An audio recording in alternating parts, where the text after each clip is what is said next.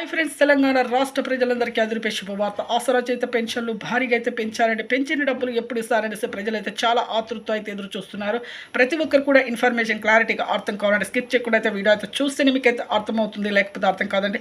ఇక లేట్ చేయకుండా అయితే వీడియోలకి అయితే వెళ్ళిపోదాం ఫ్రెండ్స్. పాత వారికి, వృద్ధులకి, వితంతులకి, ఒంటరి మహిళ 4,000, వికలాంగులకు 6,000, కొత్త వారికి, వృద్ధులకి, వితంతులకి, ఒంటరి మహిళలకు 4,000, వికలాంగులకి 6,000, బీడీది చేనేత మకం కార్మికులకు 4,000 రూపాయలు. 2 ఇయర్స్ అయితే ఎక్స్పీరియన్స్ అయితే ఉండాలి. 2 సంవత్సరాల అనుభవం అయితే బీడీ కార్మికులకు అయితే ఉండాలండి.